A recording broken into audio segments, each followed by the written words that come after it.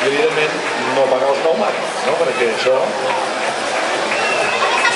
sí que... I tenim l'Àlvaro per aquí baix, l'Àlvaro demà amb el micro, demà a Midori, i doncs... Doncs Déu-n'hi-do, Cesc, aquestes maniobres finals aquí al davant de la tribuna principal en aquesta recta de meta del circuit de Catalunya. I aplaudiment!